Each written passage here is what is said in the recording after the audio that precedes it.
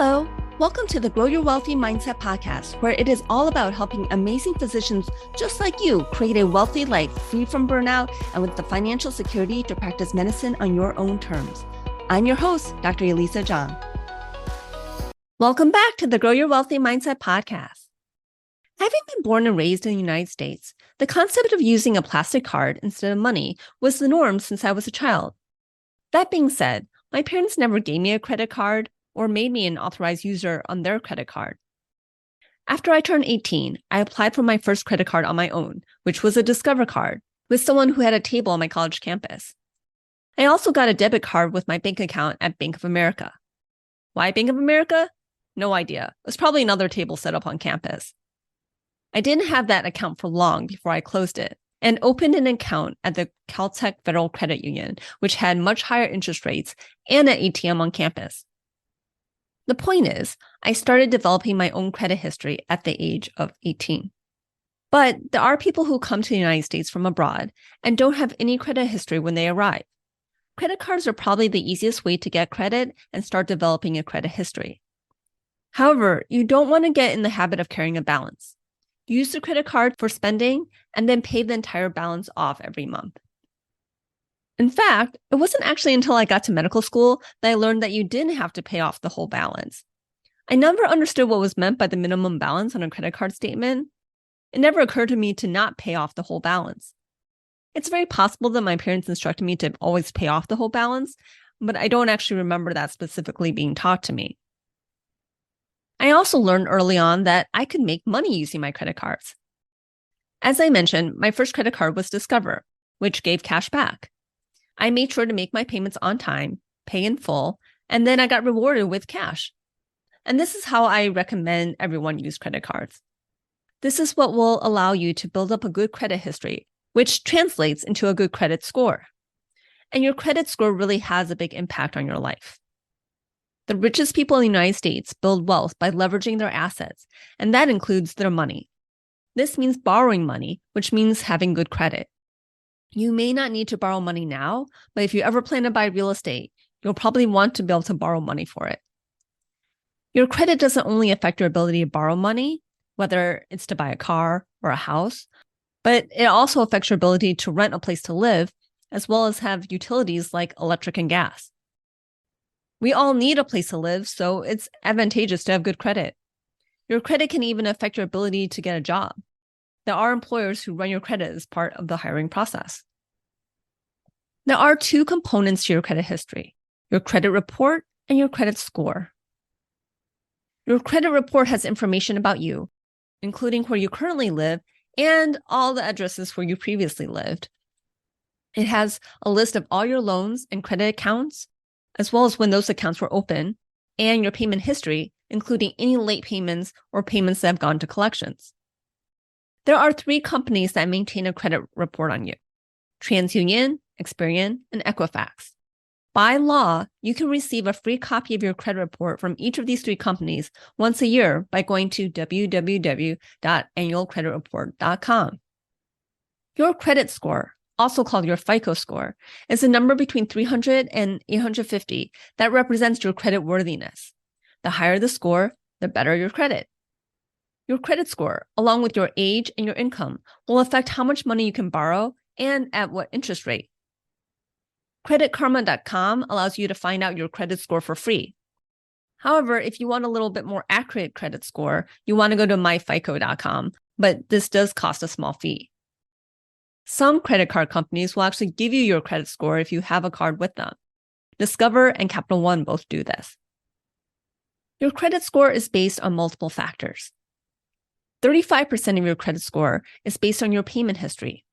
Late payments hurt your credit score since that's translated into less reliability in paying money back. This is why it's really important to make sure that even if you carry a balance, you're making all your payments on time before the due date. Your credit utilization rate impacts 30% of your credit score. Using more of your available credit lowers your overall score. It's not about the actual amount of credit used. It's really more about how much you owe compared to how much credit is available to you. This is why it can be advantageous to increase your credit limit, even if you have no intention of ever charging that much to your credit card. More on that later. 15% of your credit score is attributed to how long you've had credit or your length of credit history. This is why starting to develop a credit history when you are young helps you later and puts people who come to the United States later in life at a little bit of a disadvantage. The number and type of credit or loans you have affects 10% of your credit score. This is whether your credit is in the form of credit cards, student loans, car loans, or mortgages. The more variety, the better. 10% of your credit score looks at new credit as well as recent credit inquiries. If you've had a lot of recent credit checks, lenders wonder why you need to borrow so much money and if you may have difficulty paying back what you borrow. For the lowest interest rate on loans, you need a credit score above 800. When I got a lease on a car, my credit score actually came back at 790, so I wasn't able to qualify for the lowest interest rate. This meant that I ended up paying more every month for my car, something that really annoyed me at the time. And it wasn't because I had bad credit. 790 is considered a good credit score, but it just wasn't above 800. And part of that reason was because I was younger, and so I didn't have as long of a credit history. What credit card is best? This will somewhat depend on your spending habits, but here are some things to consider. There's no reason to not get rewarded for your spending. There are two main ways to get rewarded: cash back or with points. Points are generally most advantageous if you like to travel. These points can be redeemed for flights as well as either money off or free nights at different hotels. There's a lot to learn if you're going to play the points game, so to start off, I would suggest a cashback card. Cashback cards are more straightforward and much simpler than going after travel rewards. The best reward cards do have fees. You want to do the math to check if the fee is worth it. If you spend thousands of dollars a month on your credit cards and pay off the balance every month, then it's possible the fee is worth it. If you spend more modestly or don't like the idea of paying a fee, there are plenty of credit cards with no fees that still give cash back. To check if it'd be worth paying the fee, do a search for credit card rewards calculator and plug in your numbers. Also consider where you spend money the most. If you do a lot of shopping on Amazon.com, you may want to consider the Chase Amazon card, which gives a 3% cashback credit on all your Amazon purchases. You can use that credit on Amazon.com, which is not the same as cash, but if you're doing a lot of shopping on Amazon.com, essentially could feel like cash. If you don't particularly spend a lot of money in any particular category, then a card that gives 2% cash back on all purchases may be best for you. Some credit cards, like Discover, change the category that gives the highest cash back on a quarterly basis. You can do an internet search for best cashback credit cards, and we'll see different articles that review different cashback cards, and they will list a range of cashback with what categories give higher cash back. That being said, many of these listings will have some sort of affiliate fee, so that if you click on the credit card and apply from their link, then whatever website you're clicking off of is going to get paid something. And this probably affects, to some point, what cards they're listing. The best overall cashback credit card may not be listed. In preparing for this podcast episode, I did a quick search and didn't see the Fidelity credit card listed. Fidelity's credit card pays 2% cash back on purchases, 1% when you buy, and then 1% when you pay it off. The rewards get deposited into your Fidelity account, so that is one caveat of the card. Generally, retail store cards are not worth signing up for. They often offer you a percentage off your first purchase to entice you to open an account. Sales associates at many retail stores are trained and often incentivized to get you to open an account. And sometimes, to make it seem like you're not actually opening a credit card, they give names to their credit card, like Victoria's Secret calls their card the Angel card. It can sound like it's a club card instead of a credit card. Then later, maybe you don't see the first statement when it comes in the mail. You miss making a payment, and now you're paying super high interest on your purchase. And maybe you've dinged your credit by having a credit check to get the credit card, and now you have a missed payment. When I was younger, I used to open these retail cards, and while I never missed paying any of them, it was another card to keep track of. And it may actually account for why my credit score lagged behind my husband's credit score, though I have no way of knowing for sure. If you're not playing the points game, then you should be good with 2 or 3 credit cards, with at least one being a Visa or MasterCard, which are the most widely accepted credit cards. Discover Card and American Express are less widely accepted, especially internationally. Having a second credit card on hand is good in case one gets compromised, since it can take a week to receive a new card. Too many cards means more complexity to track. Once you have your credit cards, make sure you pay off the full balance every month on time. The majority of credit cards have a late fee if you don't pay by the due date.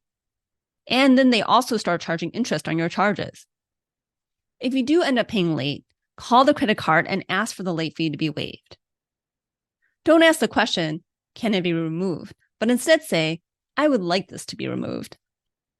It's usually pretty easy to get a late fee waived, but it can be harder to get the interest waived. However, it is possible. You have to be persistent and ask to speak to the person's manager.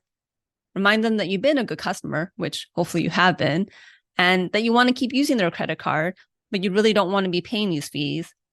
And it was just a one-time mistake.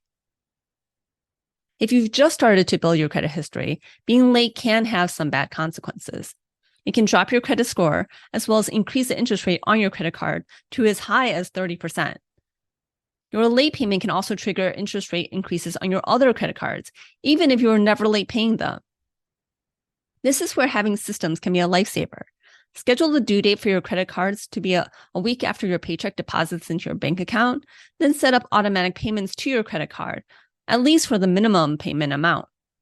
This will help you avoid late payments. Generally, you want to keep your credit cards open and active to help build a long history of credit. If a card isn't used, it may actually be closed by the issuer. I've had this happen before to me. Try to make sure you're charging something on your main credit cards on a regular basis. You may even consider setting up an automatic payment, like your gym membership subscription, onto one of your backup cards that you don't otherwise really use. As I mentioned before, my Discover card is my oldest card, so I make sure to continue to use it so it doesn't get closed, but I don't charge much on it. When you're first establishing your credit history, the credit limit will be on the lower side. As you continue to build your credit history, you'll want to call and increase your credit limit, even if you don't need to, meaning you don't actually spend anywhere near your credit limit. It's counterintuitive, but it's easier to get credit when you don't need it. By increasing your credit limit, you'll decrease your credit utilization, therefore increasing your credit score. If you have a credit card with a $5,000 limit and you spend $2,000 a month at it, then you're using 40% of your credit, which is pretty high utilization. If you increase your credit card limit to $10,000 and continue to spend $2,000 a month, which you pay off every month, now you're down to 20% credit utilization, which is a much better place to be. To increase your credit limit, call your credit card company and ask for a credit increase. When they ask why, remind them how long you've been a customer and that you've never paid late, which hopefully is true. Say that you have some upcoming purchases and want flexibility. It's generally not hard to increase your credit limit if you've been paying off your credit card regularly and not having any late payments. Generally, you want to keep your credit accounts open. By closing an account, you'll be inadvertently increasing your credit utilization because you're decreasing the total credit available to you. That being said, if you end up playing the points game and start having lots of cards due to opening new cards in order to get the sign-up bonus, then at some point, you will want to close cards to keep things manageable. To put things in perspective, there are people playing the points game with over 20 credit cards. Closing a credit card account may temporarily decrease your credit score, but it will bounce back so long as you maintain good standing with your credit cards. Credit scores often go up and down with credit utilization. I know in the past, my credit score has fluctuated significantly depending on how much travel I was doing. When I travel, I spend more on my credit card because I'm charging for hotels, food, and entertainment. That increases my credit utilization, which temporarily decreases my credit score. But then after I pay it off, my credit score jumps back a month or two later. If your oldest loan is your student loans, whether it's from undergrad or medical school, Don't worry about paying that off early and effectively closing the account. You aren't decreasing the credit available to you when you close those type of accounts because it's not like you could have borrowed more to get more credit. Your credit score may still temporarily drop, but it will rebound within a few months. So what do you do if you're unable to get a credit card? You've applied and you're still denied. You call to appeal, but you're still denied. All because you came to the United States as an adult and have no credit history. And you even have money and income. What are your options?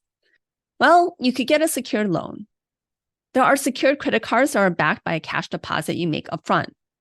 The deposit amount is usually the credit limit you'll be granted.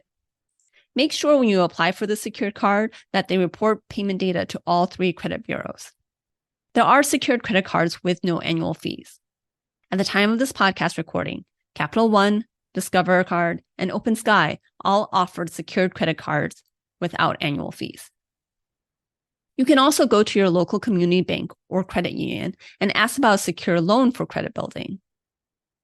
You'll be asked to deposit money into an account or purchase a certificate of deposit, and then you'll get a loan, generally with the interest rate higher than the rate you're earning from the bank with the money you've deposited or from the certificate of deposit. This means that you do end up paying some money to build up your credit if you use this strategy. Another option is to get a loan using a cosigner. So basically, you're borrowing the credit of the cosigner. The cosigner is on the hook for the amount of the loan if you don't pay. So finding a cosigner that isn't a family member can be difficult. On the flip side, I don't really recommend people be cosigners for even good friends because you just never know what's going to happen. Similarly, if you have a family member with good credit and a longer credit history, becoming an authorized user on their credit card can help build your credit. It's not uncommon for a parent to add their young adult child as an authorized user on their credit card to help them build credit. So depending on your situation, you may want to consider doing this to help your children build credit. So there you have it, how to build up credit.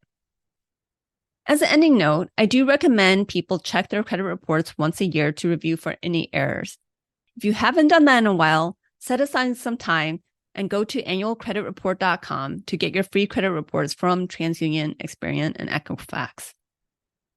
If you do find any errors, then you'll want to report them and get them corrected. Thanks for listening to another episode of the Grow Your Wealthy Mindset podcast. If you enjoyed this episode, I would love it if you could share it with your friends and colleagues. And now for the disclaimer. I am not a certified financial planner, accountant, or attorney, and nothing I say should be construed as professional investment, tax, or legal advice. This show is primarily for your education and entertainment. I am a physician, but I'm probably not your physician. So if you need any medical advice, please contact your own physician. Thank you.